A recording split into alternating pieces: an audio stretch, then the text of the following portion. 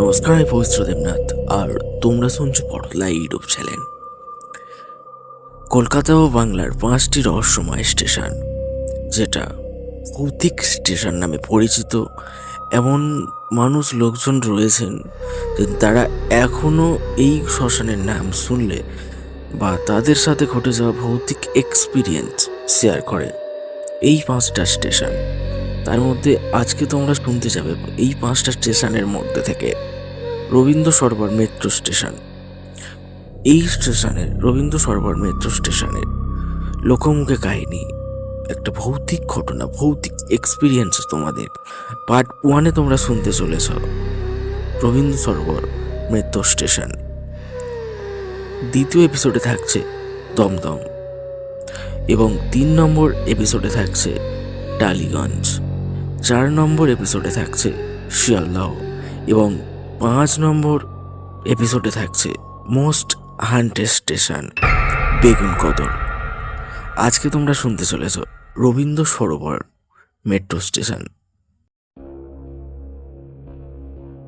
বলে রাখা বাহুল্য, ঘটনাটি শুরু করার আগে বা ভিডিওটি শুরু করার আগে, গল্পটি শোনার আগে, রবীন্দ্র সরোবরের ভূতের গল্পগুলি প্রমাণিত নয়, মূলত প্রচলিত লোককথা ও ব্যক্তিগত দাবির ওপর ভিত্তি করে। যাই হোক, শুনতে থাকো, আশা করছি প্রত্যেকেরই ভালো লাগবে। কলকাতার রবীন্দ্র সরোবর মেট্রো স্টেশনকে ঘিরে বহু বছর ধরে অদ্ভুত সব ঘটনা প্রচলিত, গল্প প্রচলিত। কথিত আছে রাতের শেষ মেট্রোর সময় প্ল্যাটফর্মে কখনো কখনো অচেনা মানুষের ছায়া দেখা যায়। কেউ বলে ছায়াটি কয়েক মুহূর্ত দাঁড়িয়ে থাকে, তারপর ট্রেনের আলো পড়তেই হঠাৎ অদৃশ্য হয়ে যায়। সবচেয়ে রহস্যময় ব্যাপার হলো, কিছু যাত্রী দাবি করেছেন ট্রেন ছাড়ার পরেও যেন প্ল্যাটফর্মে কাউকে দাঁড়িয়ে থাকতে দেখা যায়।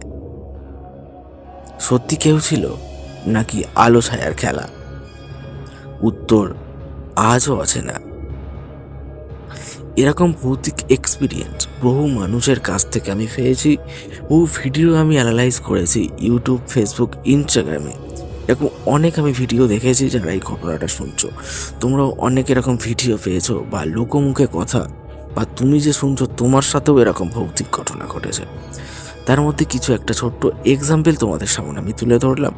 কমেন্ট সেকশন তো খোলা রয়েছে, অবশ্যই কমেন্টে জানিও কোনো ঘটনা ঘটেছে সেটা পটলা ইউটিউব চ্যানেলের মাধ্যমে সবাইকে শোনাতে চাও, তাহলে ডেসক্রিপশানে ইমেল আইডি আছে, অবশ্যই পাঠিয়ে দিও। তোমার নাম দিয়ে ঘটনাটি উপস্থাপনা করার চেষ্টা করব।